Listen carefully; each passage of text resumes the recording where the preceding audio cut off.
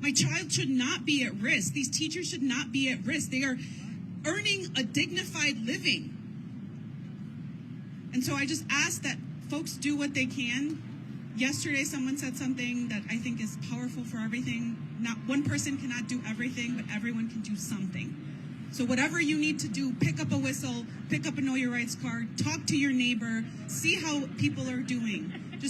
We need to show empathy, kindness, and caring, especially for our children and our caretakers and our community that is at risk, which is the entire immigrant community. So we just ask for you all to help us out, and our community is not for sale.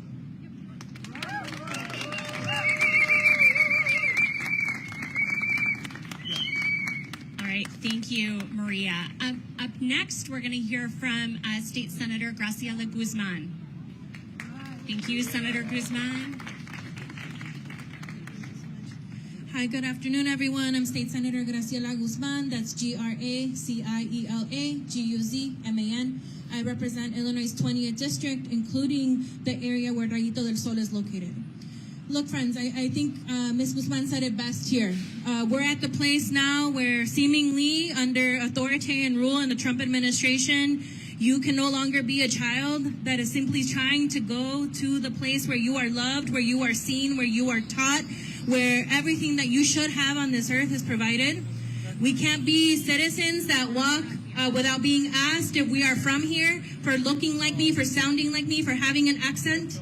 You apparently can't enter institutions that are meant to provide you with the services that you need or you deserve, because this is what it means to have authoritarian hands play out at every single space in Chicago. And why you see neighbors fighting back is our collective air of resistance. We deserve to have services. We deserve to have a workforce that can show up doing what they want to do for our babies without fear that they too will be taken.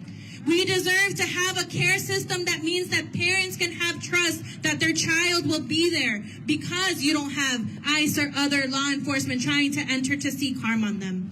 So what I ask of RELO, you've heard it loud and clear. They're taking money that they should not be taking. They're facilitating work that they should not be doing. And so we are asking folks for accountability, for transparency. If you are taking money at the backs of our people here in Chicago or anywhere, we will very quickly show you that immigrant money, City of Chicago money, State of Illinois money, that's not money that needs to be coming your way, right? Because if you are fighting the interests of working class people, your work, your service is not necessary here in the state of Illinois.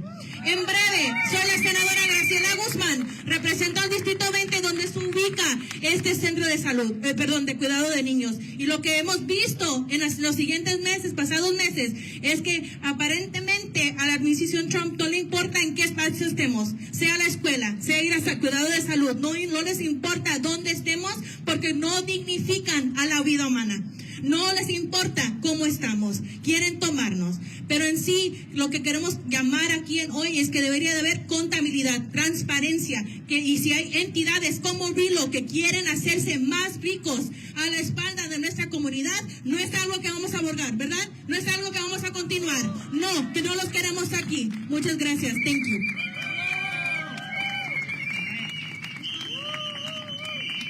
All right, let's hear for Senator Guzman. Next, we have Alice Dryden, who's a child care center worker here in Chicago. Great.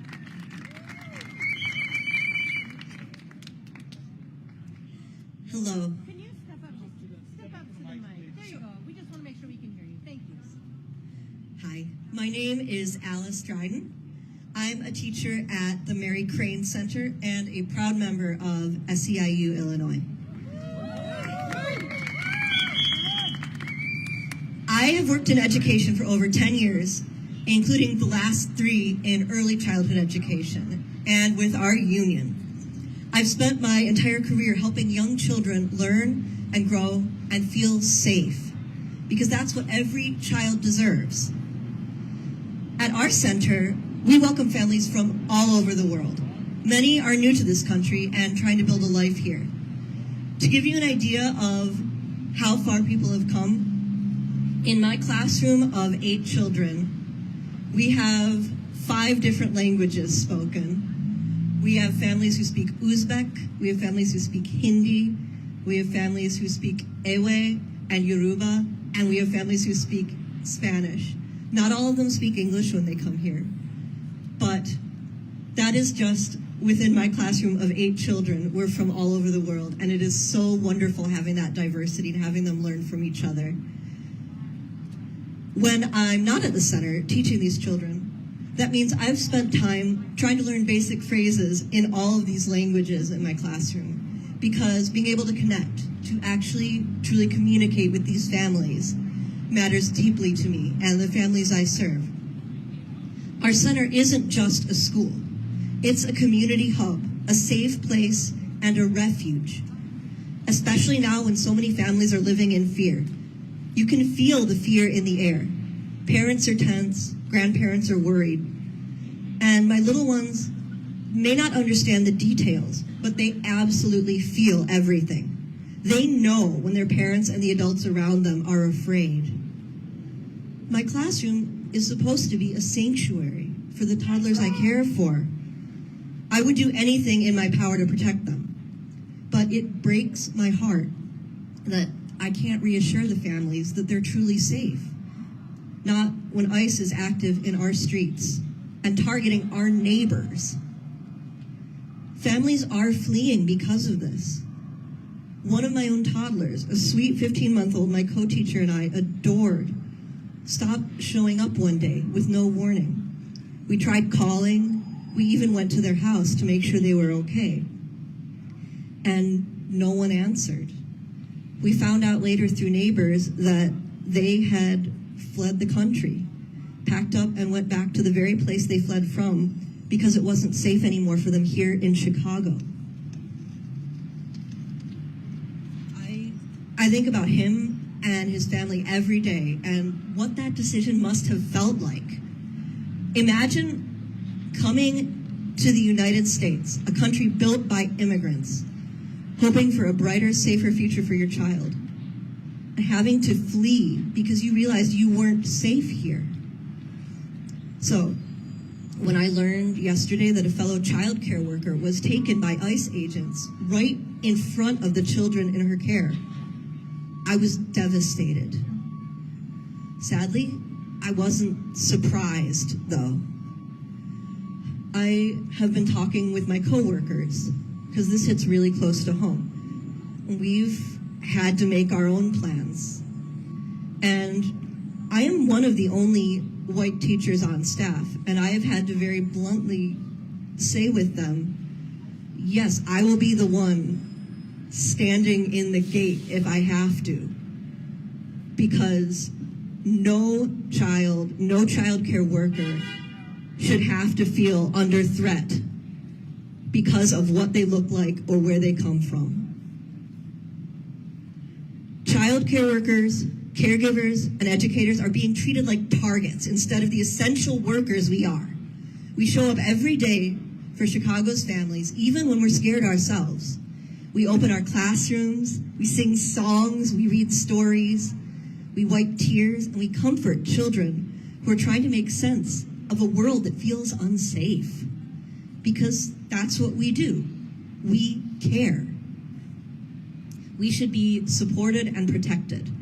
And our community's children should be shielded from the psychological terror being inflicted upon them and their families. We are in front of Reload Direct for a reason.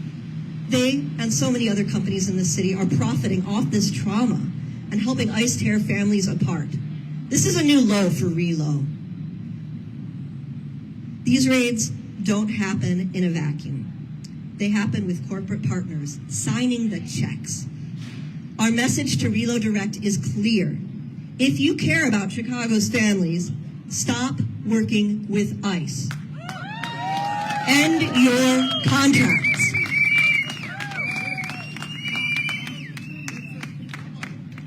Every dollar poured into immigration enforcement should instead be used to strengthen early education, improve wages, and ensure every child has access to safe, high-quality care. It should not be used to fund raids that traumatize children and tear families apart. The future of this city depends on the well-being of its children and the people who care for them. We must choose compassion over fear, care over cruelty, and investment over enforcement. Because childcare workers aren't the enemy. We are the backbone of our communities. Thank you. Thank you, Alice, and thank you to all the childcare workers who are on the front line of this fight to keep families safe every single day. Up next, I want to bring up State Senator Liliana. Thank you. Hi, my name is Lilian Jimenez. I am the state representative of the 4th District here in Illinois. I'm so happy to be here with these wonderful coalition. I want to thank SEIU. Give them another round of applause. Thank SEIU for bringing us together. Why do we want to thank SEIU, CTU, all the worker organizations that are here? Because really, we are following in the footsteps of a multiracial coalition. We need a multiracial coalition today, in this day. Why? Because people are getting kidnapped off the streets. When else did we see this? When else did people, local people, fight back against kidnappings of humans? During the Underground Railroad, when we created sanctuaries. We created sanctuaries across the country because we knew, a multiracial coalition of people knew, that we need to respect the humanity, the decent, basic humanity of each other. And right now, what this government is doing, what this federal government is doing, is exactly that. Kidnapping, killing, in the case of Silverio, killing people in our middle of our street, and kidnapping them. And now, escalating, where their leader, Donald Trump, has said they have not gone far enough. And so we've seen what that means. We've seen that in our community right here, that we are the targets, that our community is being targeted. People like me, a 4th-generation U.S. citizen. Should I have to say that? I shouldn't have to say that. I should not have to say that I'm a 4th-generation citizen, but I have to say that, and many of us have to carry passports now. Everybody in my family, whether they're Puerto Rican U.S. citizens, whether they're Mexicans who have been here for many, many years and decades, are carrying around U.S. passports because this government is targeting us, racially profiling our communities, pulling people out of cars, arresting hundreds and hundreds of U.S. citizens. And so what we need today is to push back and have a sanctuary movement and continue to build on the sanctuary movement that this community has built over decades and centuries. In Illinois, as your state representative, I have championed a bill, Safe Schools for All, to ensure that ICE officials are not allowed into our schools. And now we have, with the help of SEIU, with the help of our coalition here, we have expanded that to include higher education. We've expanded that just last week to include daycare centers. Unfortunately, it was a little too late for this daycare center. Many of us knew that they were going to come after us, but we had to convince other people. Those of us who have lived our lives in this country being racially profiled, like myself and so many people you see behind us, knew that this moment would come because we believed the president when he said he would. When he began degrading our communities, we believed him when he said what he said. And we are here today, and we are actually now experiencing, and all of you are experiencing. And if we allow this treatment of this group of people, it will continue. It will not end. The treatment, the inhumane treatment of our communities must be stopped. And Illinois has drawn a line in the sand. We have passed the Trust Act, where we have said local law enforcement cannot work with federal immigration officials, not when you are racially profiling, not when you're pulling people out of cars, not when you're going into daycare centers. And so now what we need to do is make sure we do the same thing with Relo, with Palantir, with people who are profiting off of this treatment of humans, of human beings, profiting in human trafficking. Guess what? Who's doing it? Relo. Because where are they getting their money? That's our taxpayer money. $170 billion has been allocated to this agency. That ain't right. Those are our $170 billion. We need those $170 billion. You heard it here. We need it invested in daycare. Free daycare. We need daycare for everybody. We need our workforce to be paid a decent wage. We can do a lot with $170 billion. And that needs to start here in Illinois. So as your legislator, I am going back veto session, we passed a bill that will provide a remedy for our families who are being racially profiled and our constitutionally protected rights are being stolen from us. And Jenny, we're going to go back and we're going to look at what Reload's doing. We're going to look at those contracts, where they're getting the money from. We're going to follow the money, and we're going to decide in Illinois, are we going to allow our taxpayer money to continue to go to ICE agents and to the ICE infrastructure that is killing our family members, terrorizing our children? So I'm committing to you right now, we are going back in January, just like we did last week, and we're going to continue every day to be with the child care workers, with the families, with the parents, and I'm going to be able to look at my son, who so many of us here are parents, and say, we are fighting for a better world for you.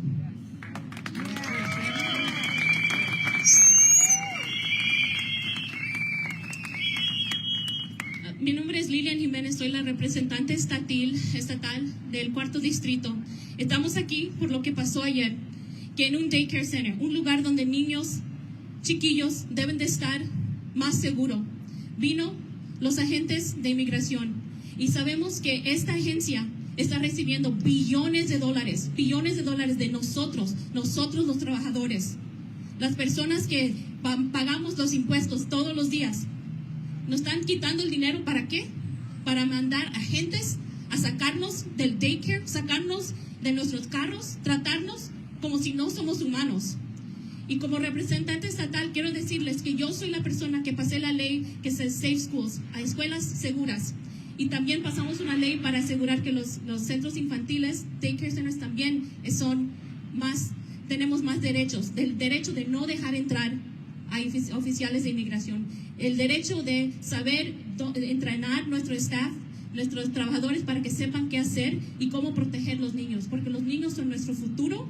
Estamos aquí y vamos a seguir. Como soy representante estatal, trabajo en el nivel estatal y vamos a seguir a ver cómo le podemos quitar el dinero a las organizaciones como Palantir, como Reload, para que no sigan usando nuestros impuestos para aterrorizarnos a nuestra comunidad. Thank you, Representative Jimenez, for your leadership here in the community and in Springfield. Up next, we are going to hear from Ana Rojas, a home child care provider in Chicago. Good afternoon. Buenas tardes. Mi nombre es Anita Rojas y estoy aquí como representante de las proveedoras de cuidado infantil en el hogar. Lo que pasó ayer no lo habíamos visto nunca. Esto ha sido algo insólito, estamos indignadas, estamos tristes, estamos preocupadas, porque ya los niños no van a estar seguros en nuestra casa. ¿Por qué no? Yo he abierto mi casa por 18 años y a mi primera prioridad ha sido dar seguridad a los niños y educarlos con amor. Ahora no sabemos dónde estamos paradas, qué tenemos que hacer, qué se viene. Estamos preocupadas.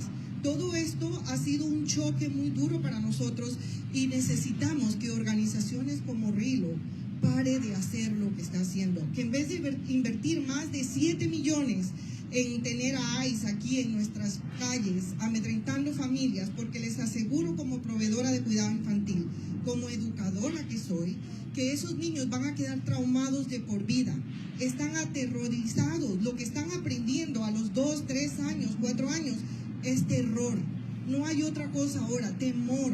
Sus padres no saben si van a regresar a casa, no saben si van a estar juntos o qué es lo que va a pasar. Eso no es justo, no es justo para esos niños. Ellos son el futuro de este país. Han nacido aquí, tienen derecho a todo.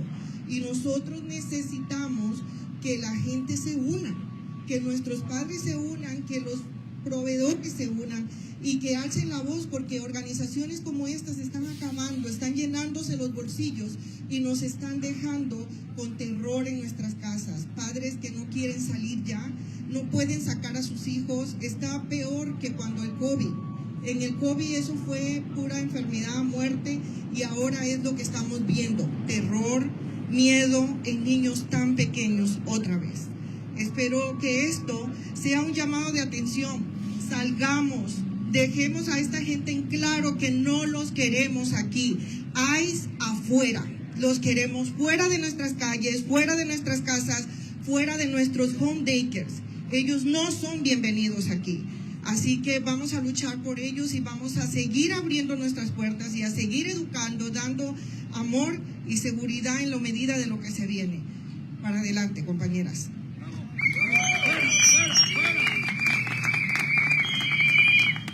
All right, thank you, Ana. Up next, I am pleased to bring up Cook County Commissioner Jessica Vasquez. Thank you, Commissioner. Good afternoon, everyone. My name is Jessica Vasquez. I'm 8th District Cook County Commissioner. I want to thank SEIU for bringing us together, for shedding light on this horrific incident that occurred yesterday. The 8th District encompasses much of the northwest side of the city of Chicago, and it is home to many child care workers. These workers are some of the hardest working people in our city. They deserve safety, dignity, and fair wages, regardless of their immigration status. Public money should reflect our values, and it is time that we invest in care, not in cruelty. Our duty as neighbors, as leaders, as a community, is to protect the children and the people who care for them, not to traumatize them in the name of enforcement. But I know Chicago, and this is not what we stand for. We are not going to allow the cruelty to continue. We will stand united with the families and the child care workers of Rayito del Sol, and I want to uplift the parents who came here today to talk about the incident that occurred yesterday, who are taking time off to let you all know what is happening in our communities. There are ways for everyone to support. If you witness and you see anything suspicious, please call the ICER Family Support Network hotline. That number is 855-435-7693. You can also help support the frontline workers involved in this. The Illinois Coalition for Immigrant and Refugee Rights, Organized Communities Against Deportation, Arise Chicago. If you are able to donate, please donate to help these institutions who have been doing this work for decades. And lastly, I want to let everyone know you can also make safety plans to protect your family. Please write down the Family Support Network hotline. Have your emergency contact ready. Join your rapid response network if you are able to do so. It is going to take all of us to get together and confront these injustices. Thank you all so much.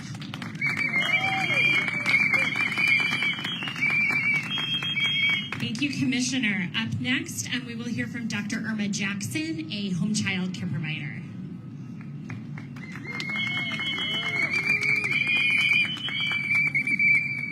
Good afternoon.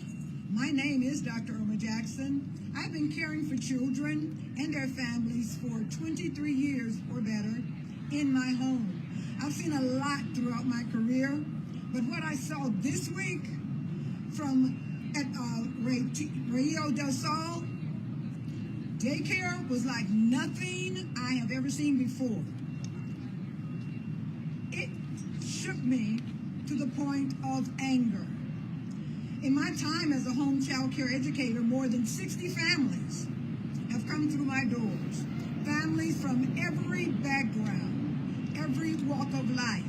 My home facility has always been a place where everyone is welcome, where children laugh, play, and learn side by side.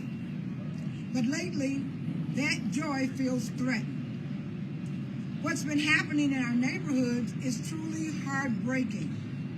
I live in the Humboldt-Garfield Park areas, and on last week, for Halloween, not a single child came to my door.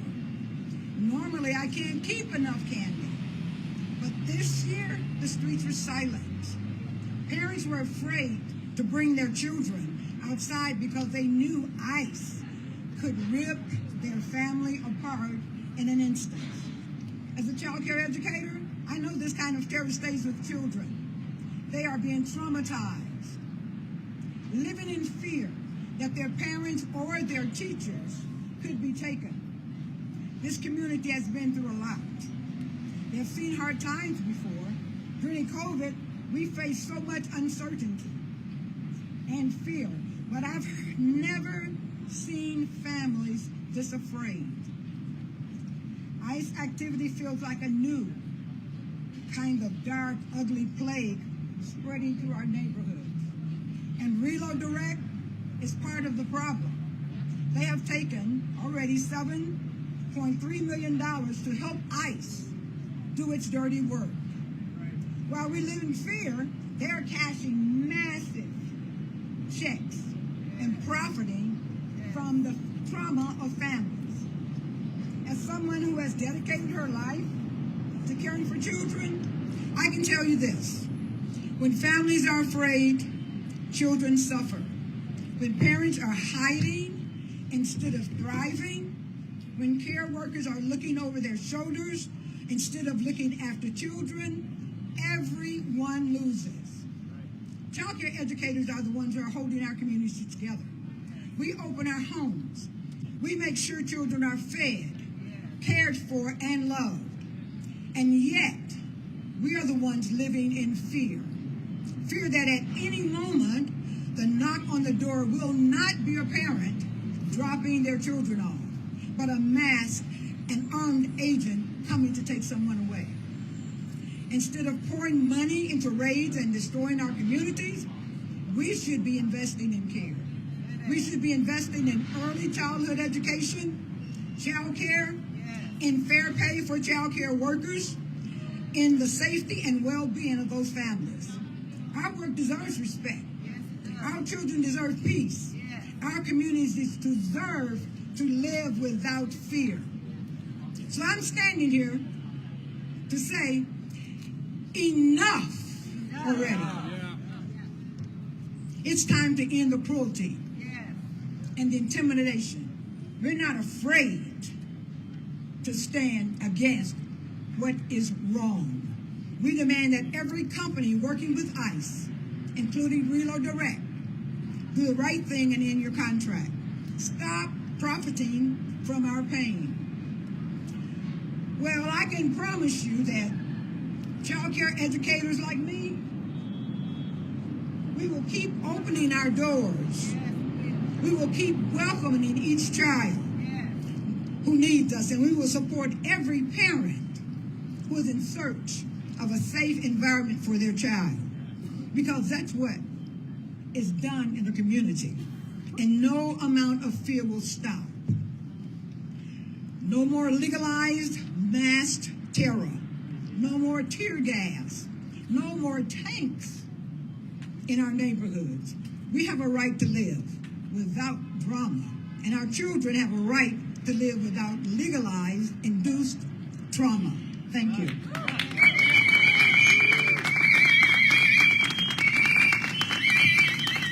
Thank you, Dr. Jackson. Next, we're going to hear from Artemio Arreola from the Illinois Coalition of Immigrant and Refugee Rights. Thank you. Mi nombre es Artemio Arreola. Trabajo en la Coalición por los Derechos de los Inmigrantes y Refugiados de Illinois. Y quiero decir que SEIU nos sentimos muy orgullosos que junto con otros 100 organizaciones son miembros de la coalición. Y gracias por estar el día de hoy dando la cara. By basically soldiers with enormous guns, enormous shows of force. Oftentimes there's more officials, more agents, more soldiers than there are protesters, and they're trying to squash the protests. And that caused us to go to court and to ask the court to enforce the Constitution, to enjoin them from that lawless behavior. And there was a hearing, and that hearing was yesterday, and it was a time for evidence. So you got the two narratives. The plaintiffs put on evidence, and you'll hear from these witnesses, that the protesters are peaceful. They're saying what they say, and they're not causing violence.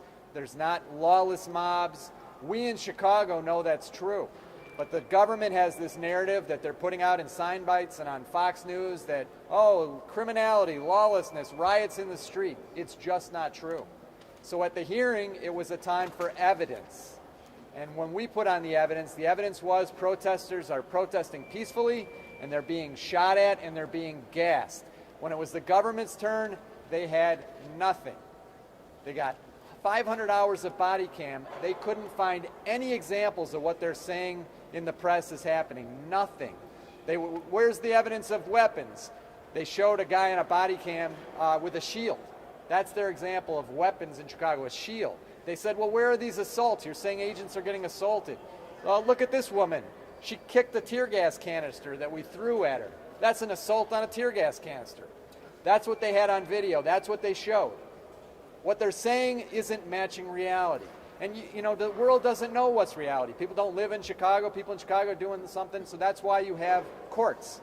And we had a hearing, and the judge heard evidence, and she concluded unambiguously the government's evidence is not credible. They didn't have anything. They had nothing. All they have is just calling us criminals and lawless, and it's just not true. So it was a very important day. The judge issued an injunction that stops ICE and the federal agents from attacking protesters, from using non-lethal bullets, from gassing people, and they are now instructed that they have to respect the First Amendment and that the press in particular is allowed to do what the press does. So you're going to hear from our client Raven Geary now, who is one of our journalist clients who is a plaintiff in this lawsuit. Could you spell your name, please, sir? Since you spoke. Me? Yes, first. I'm Steve Art, A-R-T from Lovey & Lovey. Thank you. Hi. I'm used to being on the other side of this, so feeling a little awkward. I don't have much prepared. Like everybody else, I wake up every morning now and I check what ICE is doing. I spend my mornings tracking their activity across the city. Right now, this very moment, Bovino and his caravan are circling Little Village in Bridgeport. They fired chemical weapons just a few minutes ago. I can't tell you if it was pepper balls or tear gas. They've arrested people in Aurora and Cicero this morning. And every day there are so many incidents and so many kidnappings, it's impossible to keep up. In agreeing to even be a plaintiff on this case, after an ICE agent in a skull mask shot me in the face down the barrel of my camera lens, I hesitated. I'm not big on the system, but I kept coming back to some lines from a poem by Diane De Palma, who was arrested twice by the FBI for her poetry. She writes, in Revolutionary Love Letter number 8, "No one way works. It will take all of us shoving at the thing from all sides to bring it down." The most authentic I can be right now is in telling you all lawsuits aren't enough. Journalism isn't enough. Protests aren't enough. Rapid response isn't enough. Know your rights trainings aren't enough. Elections aren't enough. Most days, I don't know how to make a life anymore amidst all this devastation. And what I've experienced at the hands of these agents is but a sliver of what they're doing to their captives, to the families they're ripping apart, and the people they're sweeping off the street. What's happening around us defies description at this point. I'm running out of words to explain the depth of the violence and the terror, and I think someday we may have to invent new words for this period in history. It's occupation, it's war, it's also the beginning of a genocide. ICE has already killed and maimed people, and they will continue if not stopped. We need to be clear with the words we're using to describe what's going on. This is white nationalism. They are removing people by the thousands from our communities because of the color of their skin and shipping them to prisons. We are not even 1 year into this administration yet, and it will get worse if we don't stop it. If people think a reporter can't be this opinionated, let them think that. I know what's right and what's wrong. I don't feel an ounce of shame saying that this is wrong, and I should not have to be standing here today. As someone who is often extremely critical and cynical about the systems in place that are enabling this, I'll also say this. We can't afford cynicism right now.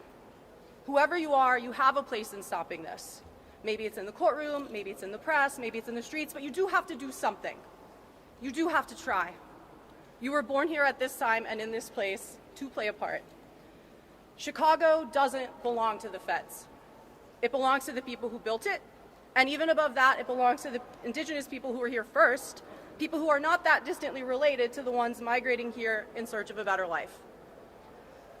So to Commander Bovino, I just have one final thing to say, which is get out. Thank you, Rick. Next up are attorneys David B. Owens and Elizabeth Long.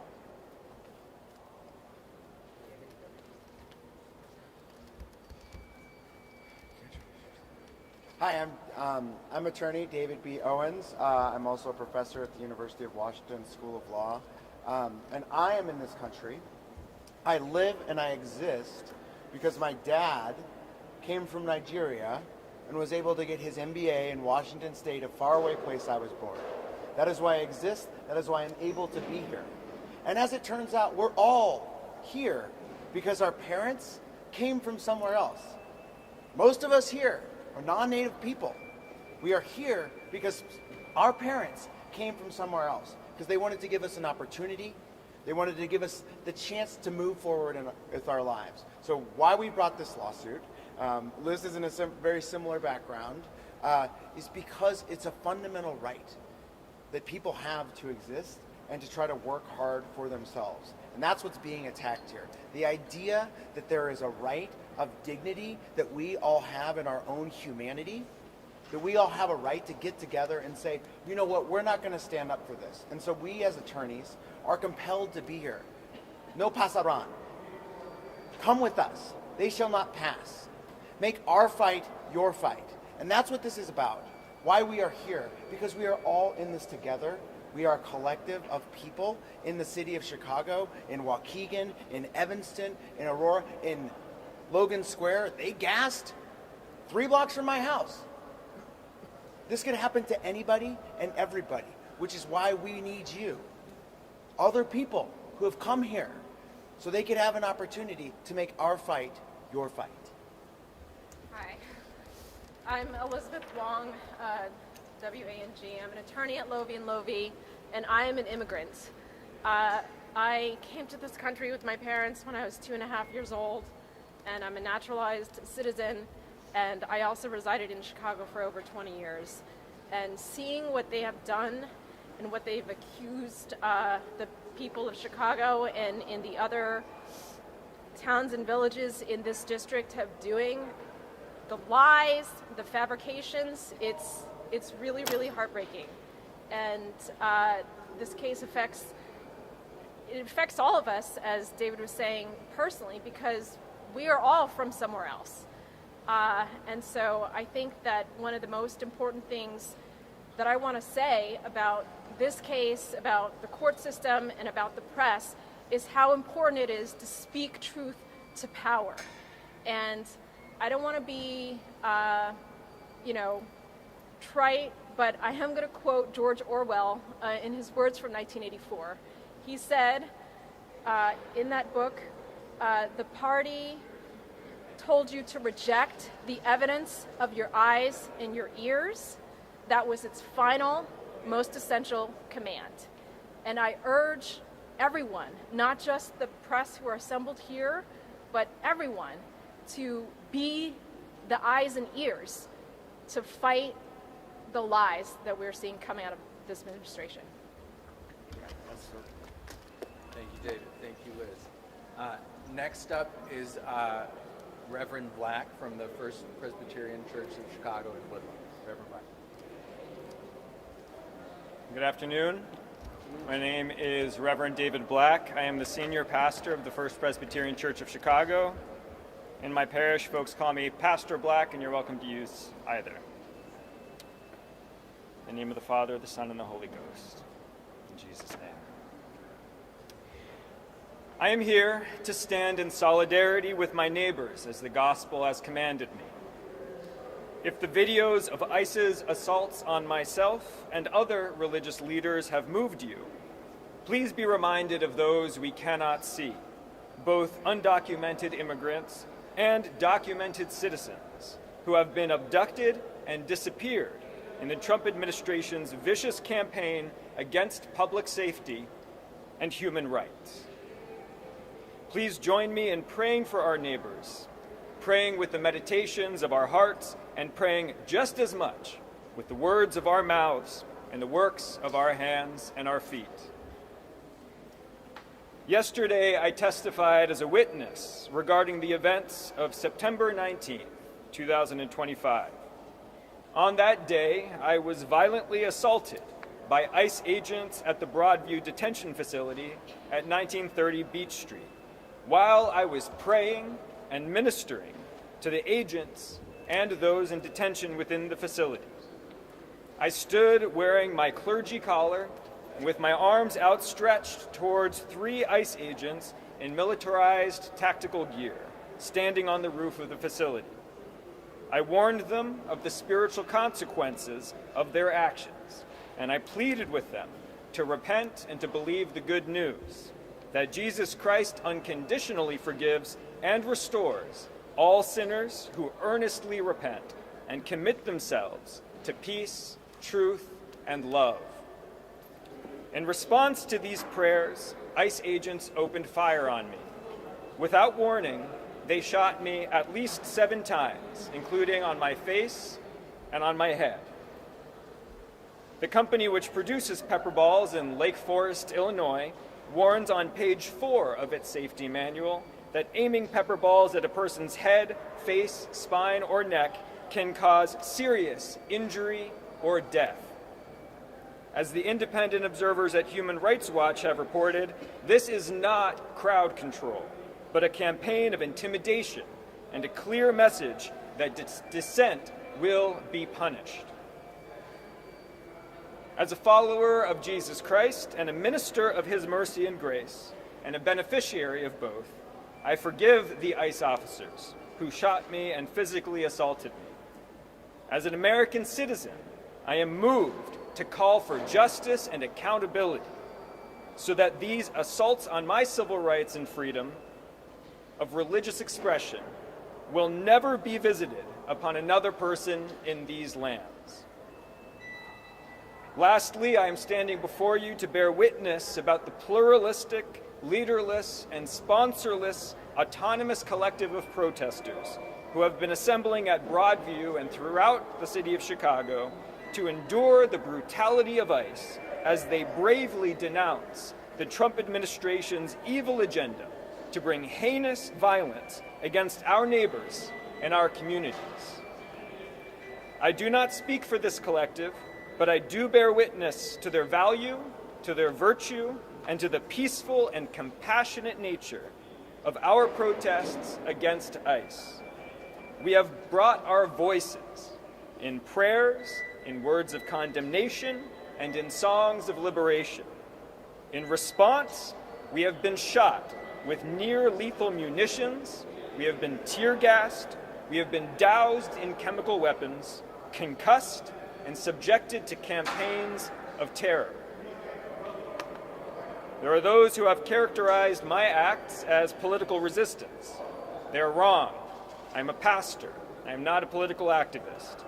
I have gone to the Broadview ICE facility 7 times to pray, to evangelize, and to call ICE agents to repent.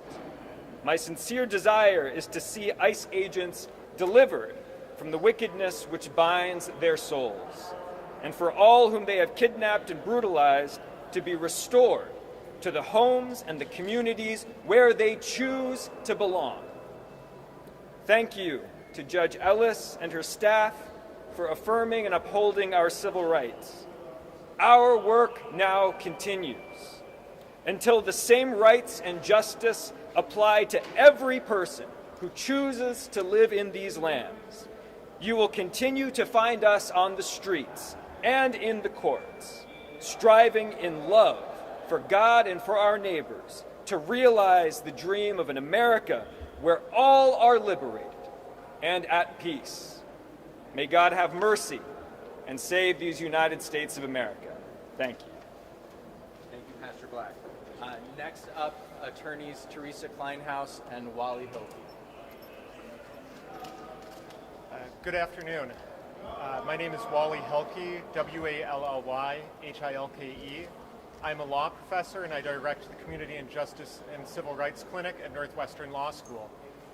My colleague Tess and I are going to talk a little bit about how what the lawyers have done in this case pales in comparison to what community members in Chicago, in Aurora and Evanston, and throughout the area have done and their bravery in this moment.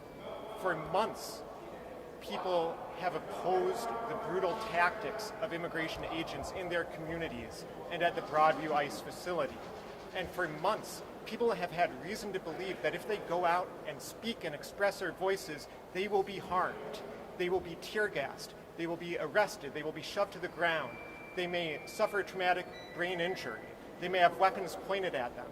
We have nearly, or maybe more than, 80 declarations from people who have experienced things just like that.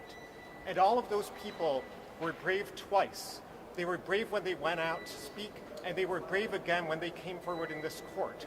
In this moment where everything is uncertain, it is the bravery and strength of those people in our communities, whether they are seeking out immigration agents to record what they do, or if they're going outside in their bathrobes because their communities are being terrorized. They have raised their voices, and the court has responded. And that is the reason and the force behind what has happened today in the preliminary injunction, and it will be the continued effort of everyone. I will encourage people, if you go to tinyurl.com/ChicagoTRO, you can report a violation of the preliminary injunction. That has been used to collect violations of the temporary restraining order.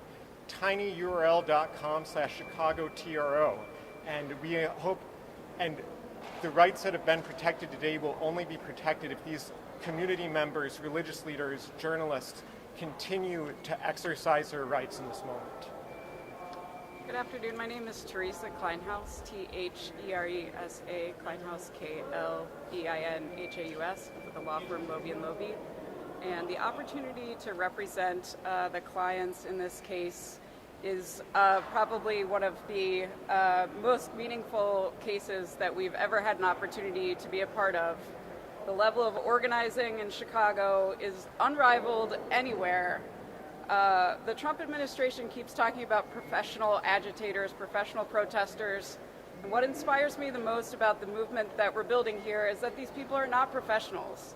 They are your neighbors who see something wrong happening in their neighborhood, and they run outside and try and stop wrongdoing, try and illuminate what's happening to their neighbors. And so what I love about Chicago is that all of the people here stand up for each other, they stand up for their communities, and they're not doing it as professionals. They're building a movement for peace and justice based on their principles and their conscience. So we're so inspired by our clients, and we look forward to everything they're going to continue to build here.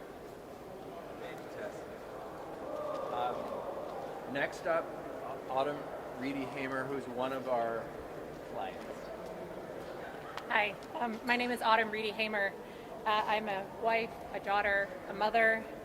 I've always believed in standing up for my community, and that belief is what led me to the Broadview ICE facility. I went there to lend my voice to my neighbors. I spoke up because ICE agents were harming members of my community, and I could not stay silent. I spoke out because that's what it means to be a good citizen, to care for others, to help when someone is in need, and to raise our voices when we see injustice. I joined a peaceful protest, and I was met with violence. Tear gas, rubber bullets, pepper balls, and flashbangs. I watched friends, teachers, journalists, and people of faith cruelly targeted by federal agents. A flashbang went off beside me, and I suffered hearing loss. I witnessed my parents, kind senior citizens who have always believed in the power of protest, shoved and intimidated for standing on a public sidewalk. But today, the court has affirmed that what happened to us was wrong, that our right to speak, to gather, and to protest is still protected by the First Amendment. The court's ruling makes it clear our voices matter. Our right to dissent is not a crime. It is the foundation of our democracy. This victory, although small, considering the scope of what's happening in the city, belongs to everyone who has ever stood up for their neighbors, everyone who has ever said, this is not right, and everyone who believes in justice, compassion, and truth. You are seen, you are heard, and you are loved. Ordinary people can and should stand up to power. And as a mother, I can go home tonight and say to my children that their voices, your voices, will not be silenced. We spoke out, we stood firm, and this time we prevailed. But let me be clear, this fight is not over yet. We must continue to stand up and speak out in the face of injustice. Thank you.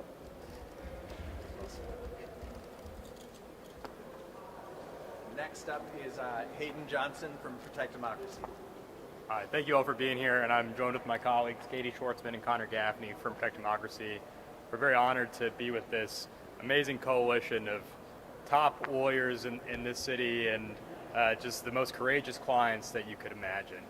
And I think it's important for us to be reminded that this country was born from the very idea that we get to express our dissent of what our government does. We get to pray. We get to report on these things without fear that the government will use force against us. And the Trump administration across the country and here is shaking the foundations of that, trying to use fear to prevent people from exercising their core First Amendment rights, the rights that we hold at the very essence of what it means to be an American. Fortunately, these brave Chicagoans have stood up for themselves. They've stood up for their rights, and they stood up for what is right. And Judge Ellis saw that. She saw that today and issued the preliminary injunction that will protect the people's rights. But we have to be vigilant in ensuring that the government respects what the court has ordered and what we all know to be right and true, that the government cannot use force to stop people from speaking their mind, from praying, and from reporting on what is going on in the city. So I'll walk through a little bit of what the court ordered. I've got the order in hand. I'll remind you that if you go to tinyurl.com/ChicagoTRO, you can see more. So what the court did, just in layman's terms, is said the role that the press plays in all of this and holding and making sure that we have visibility as Americans and knowing what the government is doing is essential. And because of that, just because other people are told to move, journalists get to remain. They get to be there and report on the events of the day, because we want to know what they are saying about what events are happening is the reality, and the press plays an essential role in that. The second is that people have a right to be in public places and to express their views peacefully, and the government cannot force you to leave a public place that you have a right to be. The third category of things is that the government cannot use force against people that are being nonviolent. That's just a basic ground rule. And that force has come in many ways. That force has come in the form of tear gassing and shooting rubber bullets and pepper bullets at people, including in the face. And it comes in the form of striking people with vehicles, using chokeholds. I mean, it's run the gamut. And the court's order lays out all the ways that force can only be used when objectively necessary for a very violent offender. And we just haven't seen that happening in these events. We've seen peaceful people subjected to these things. The court also lays out a variety of compliance measures and fact-finding measures for us to know what is going on and that the government is respecting this order. So we need to know badge IDs. If someone has violated people's rights, we need to know who. And then we need to know that the government is properly instructing their officers to follow the injunction, to follow the constitutional rights of the people assembled in Chicago expressing their views. So again, with gratitude for this incredible team, we're very honored to be part of it. Thank you, Abe. Next up, Attorney Jennifer Crispo. Hello, everyone. My name is Jennifer Crespo. I first really want to thank my attorneys, and I've been 5'2.5" for about 20 years now, so I appreciate you doing that. But aside from that, I am the daughter of immigrants. My mother is Filipina and Polish Jewish. My father is Puerto Rican. I am a former journalist. I am currently practicing law as an attorney, and I have been an observer. As the daughter of immigrants, I have often been very scared lately, not for myself, but for my mom, my sister, who look like me, who could be targeted and attacked just because of the way that they look. But today, standing here with my fellow plaintiffs and the attorneys, I'm pretty emotional because I feel for the first time that maybe we aren't going to lose. As a former journalist, I am so proud to be talking to all of you, and I can't thank the journalists who have been on the ground. I can't thank them enough for the reporting that they have done. I want to be like you when I grow up. However, as an attorney, today, with this order, with this ruling, I feel justified. I feel like I made the right decision deciding to pursue the legal profession, because look at how powerful this is. Finally, as an observer who's had federal agents point weapons at her in Hoffman Estates, where I grew up, who's been tear gassed in Chicago, where I now work and live. As an observer, I've had nightmares every night since those experiences. But today, I feel empowered. Today, thanks to my boss, I get to have the rest of the day off from my paying job. I have my whistle, I have my camera, I have my phone, because we have heard reports all day long that federal agents are back at it. You're going to hear that URL again, but report, my friends, report what you are seeing. To my fellow observers, to the people who are on the ground, I'll be there in about 15 minutes. The law is on our side. Thank you very much. Next up is Reverend Abby Holcomb, who is from the River Forest Methodist Church. My name is Reverend Abby Holcomb, and I use she, her pronouns. In the Gospel of Luke, Jesus says, "The Spirit of God has come upon me to preach good news to the poor and set release to those held captive." That was the scripture that was going on in my mind every time I went to Broadview, but I didn't know that it would lead me to a place that smelled like tear gas and choked protesters. I didn't know that when I called ICE agents demonic and reminded them that they guard the gates of hell, that they would shoot only at me for saying that. But I know they terrorized our neighbors with tear gas and rubber bullets and chemical agents, and that the people of God have showed up to bear spiritual witness, to declare liberation, that the captives be set free. Whenever our neighbors are made to feel less human, to be disinherited and disenfranchised, we will always come with our witness and put our bodies on the line if that means we must, because Jesus declared a day of liberation is coming and the captives must be set free. So with this new restraining order put in place, I have a special call for all people of faith to continue showing up peacefully, to speak truth to power, to stand in the way, because our neighbors' lives and well-beings are on the line and we cannot stand idly by. And particularly to United Methodist, because our denomination declares we vehemently oppose mass deportations set forth by the President Trump. These proposals are antithetical to our foundational values and the foundations of democracy. So it is in the name of the freedom that God wants for all people that we will continue to show up with our prayers and our hands and our feet with unrelenting solidarity with our neighbors. And I have one more message for Greg Bavino, Kristi Noem, the ICE agents who shot at me and all other ICE agents and President Trump. God is always on the side of the oppressed. So which side are you on? Thank you, Reverend. Next up is Rebecca Glenberg from the ACLU of Illinois.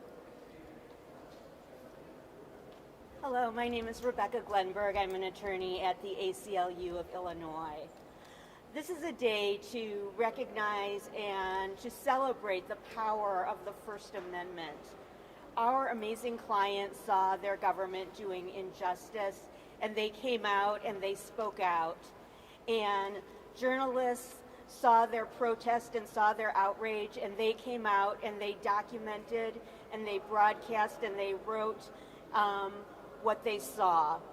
And when these individuals were met with unbelievable and unjustifiable brutality, they spoke out again, this time to the district court, where they told their stories, where videotapes were played and viewed, where a judge listened to everything and viewed all of the videotapes taken by ordinary people who came out in their neighborhoods and videotaped. And the judge did justice today. And this is how democracy is supposed to work. We speak out and we fight for justice, and sometimes we achieve justice. Thanks.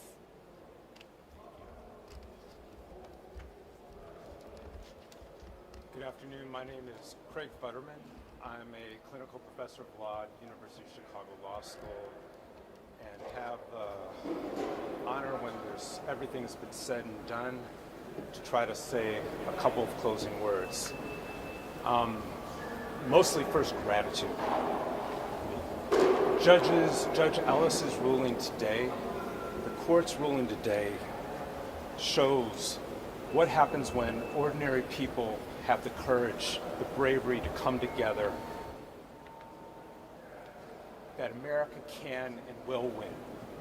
When ordinary people come together to fight for our most basic rights, we can win.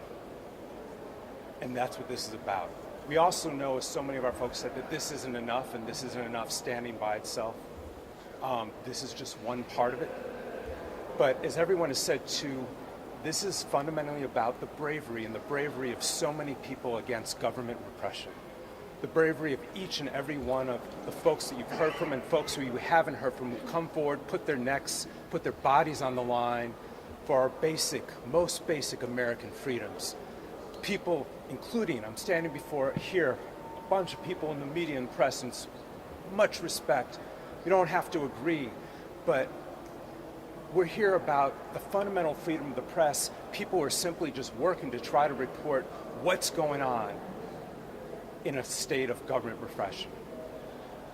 One thing I just got to mention is Judge Ellis today. At a time when judges themselves are being attacked and assaulted for trying to protect our most sacred constitutional rights, this judge in the Northern District of Illinois, right here in Chicago, she stood up and she did just that. I was moved to tears today. I was moved to tears as Judge Ellis read her ruling, and I was moved to tears for so many reasons. I thought about my people I grew up with, as I thought about this team, and I've never been, and I really have to be most grateful for this team, including this legal team, because I've never worked on a team like this before, where each and every one of these lawyers, and I want to name out first Lovey and Lovey Law Firm, really name that firm out, who's put everything, all the resources of this entire firm, all these other lawyers who also came together, not getting a cent, to do the right thing. And it's not about the lawyers, because what I also learned, and what I've come to appreciate even more and more, the staff, the paralegals at Lovey and Lovey, the staff who, I don't think they've slept. I don't think the folks have slept for I don't know how long. And they're doing this to stand up and fight for America, for us, for each and every one of our clients, for each and every ordinary American, for each and every ordinary citizen of Chicago, for each and every person who's just come up and put their neck on the line. We're here. And as I said when I started, this is a fight, and this is a fight for our country, the fight for the future of what America will be. And what I take from today and why I move from tears is when we, together, ordinary people, come together, put their necks on the line, and fight for our rights, America can, not just can, but we will win. Thank you. Great. And we'll take any questions you all have. You guys talked a little bit about the violations that you'll be filing between now and next Thursday. Can you run us through what that means exactly? What are you looking to file exactly? So every single time that Greg Bovino violates the injunction in this case, we and the community report on it. We will file something with the court. We will make a record, and we will ask for sanctions. And we will make sure that this injunction is enforced across the region wherever these government agents go. Can you be more specific about the kind of, sorry, can you be more specific about the kind of sanctions you might see? I think at this point, given that we haven't filed anything, I'm not going to talk about the sanctions that we're planning to seek. What I'll say is the court has a lot of power to make sure that federal agents who disobey its orders are brought to heel, and we expect that Judge Ellis will use all of those powers to make sure that these federal agents are obeying her orders. I will also say that Gregory Bovino was in here last week, sworn under oath on the stand. and said he had absolutely no problem following these orders. So to the extent that the Trump administration and the agents here from the Trump administration on the ground are constitutional officers sworn to the Constitution, we expect that they will follow the system that exists in our democracy and that they will follow this order. But I guess the question is, if they weren't following the TRO, why are they going to follow the preliminary injunction, and really what will change in terms of enforcement? So a couple of thoughts. First, they have been following the TRO to some extent. There were violations. There was a lot less violence than there had been in the month previously. In addition, when Greg Bovino was called into court to testify on the stand here because of all of the violations that we filed, what did we see?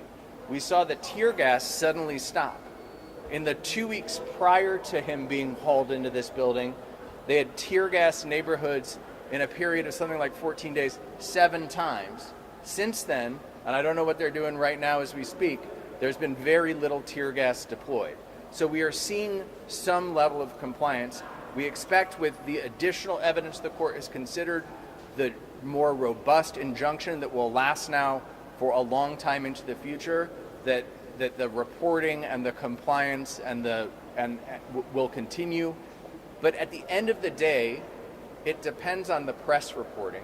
It depends on community members observing and reporting this misconduct. It depends on community members going out and saying to those agents, you are not welcome here. You must stop doing what you are doing. We as a collective, as people, are powerful, and perhaps even more powerful than a single court with a single order. Do you expect you'll see the court monitor in this case, like quicker than you would in another case? No. Can you explain to people sort of the end game? Obviously, right now the agents have sort of enjoined from using crowd control agents on people unless there's exigent circumstances. What does this case look like 3 months, 6 months down the road? I think we are not asking for no law enforcement. We are not asking for the Trump administration to say all the ICE agents have to get out of Chicago.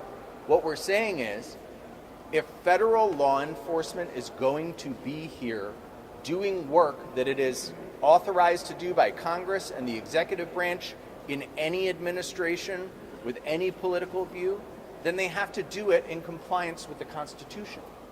And this case will persist, and we will continue to pursue it as long as they are here to ensure that when they are interacting with civilians in Northern Illinois, that they do it in a way that complies with the Constitution. And so that's the future of this case. Can you speak to the lawlessness of this administration and the ineffectiveness of the courts? You just mentioned some level of compliance with the tear gas stop before Greg Bovino. What do you think's driving that? Do you think, I mean, is it the courts? Why did the tear gas stop? I think that the Trump administration is all bark and just a little bit of bite. And so when they're ordered by a court to comply, when they have to come and testify under oath about why they've done a thing, I think that has an effect. But I think the biggest effect is the effect of the community tuning in and realizing that there is lawlessness on the streets and going out. So you see, in Lakeview, in Old Irving Park, you see, down south of here, that people are coming out and they're saying, don't throw that tear gas at us. Don't throw the tear gas at our children. And that has an effect. And I think it also has an effect when people go out and they say, what you have been doing here in our communities is disgraceful. And we want you out of here. And we want you to leave our neighborhoods now.